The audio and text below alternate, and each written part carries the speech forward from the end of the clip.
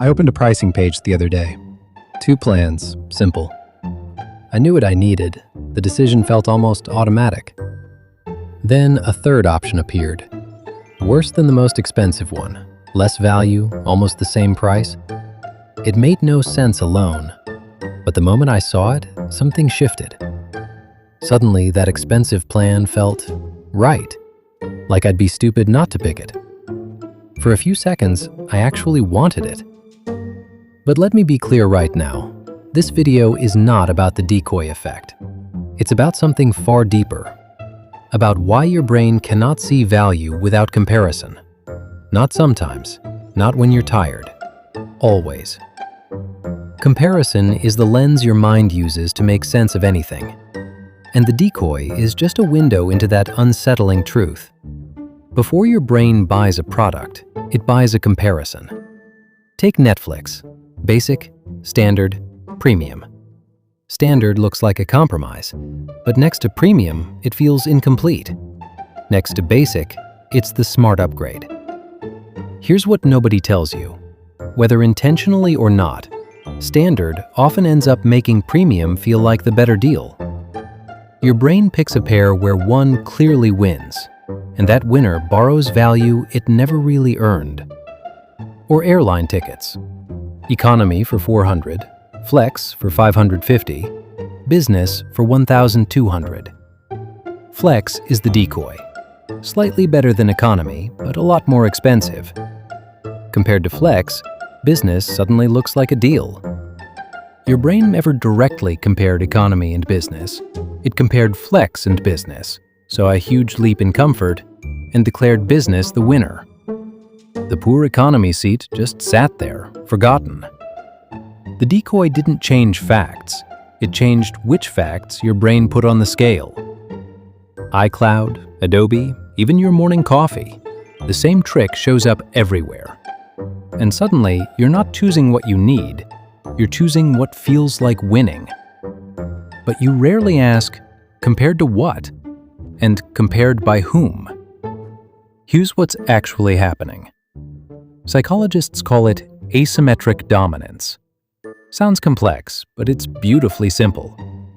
Imagine 2 real options, A and B. Now someone adds C, the decoy. C is clearly worse than A on one key thing, but similar otherwise. Your brain instantly spots A beating C. It's an easy, satisfying win. Because A just won a little private battle, your mind tags A as a winner. That tag spreads. Suddenly, A feels better than B, even though A and B were never directly compared. You didn't evaluate A against B, you evaluated A against a loser, and the afterglow colored everything. And the strange part? B never even got a fair trial. But why does the brain cling to this shortcut, even when we know better? Here's the humbling part. Resisting the decoy seems to come with a real mental cost. Brain scans show that when you try to ignore a decoy and think independently, your anterior cingulate cortex, your conflict and error detector, lights up. Your brain treats independent thought like a disturbance.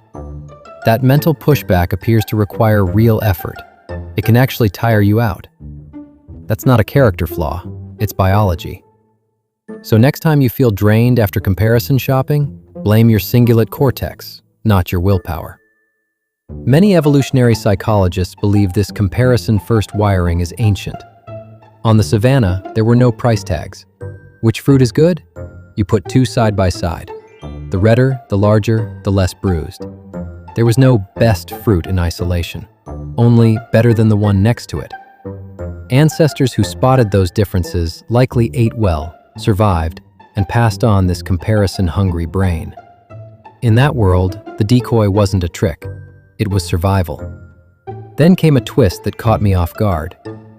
When researchers tested the decoy effect on children aged 3 to 9, the effect reversed. Kids didn't fall for it like adults. They ignored the decoy and stuck to their original preferences. That means this heavy reliance on comparison isn't fully hardwired at birth. It's learned, shaped by years of price tags, menus, and social rankings. Over the years, that lens gets installed. And once it's there, even knowing about it doesn't remove it. Even specialists, marketers, and behavioral economists aren't immune.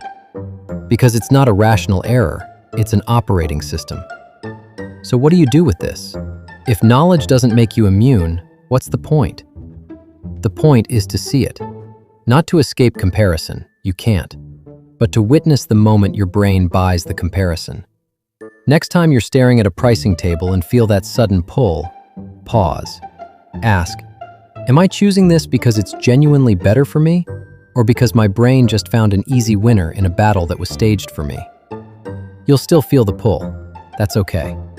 But in that pause, you're no longer a passive character in your own decision. You're watching the machinery work. And sometimes, that's enough to make a slightly clearer choice. I keep coming back to that pricing page. The decoy is still there, probably forever. But now I see it as a mirror. It shows me that my mind doesn't simply perceive value, it constructs it in relation to something else. Maybe that's the strange thing about being human. We think we see value, but most of the time, we're only seeing comparisons. Because before your brain buys the product, it buys the comparison.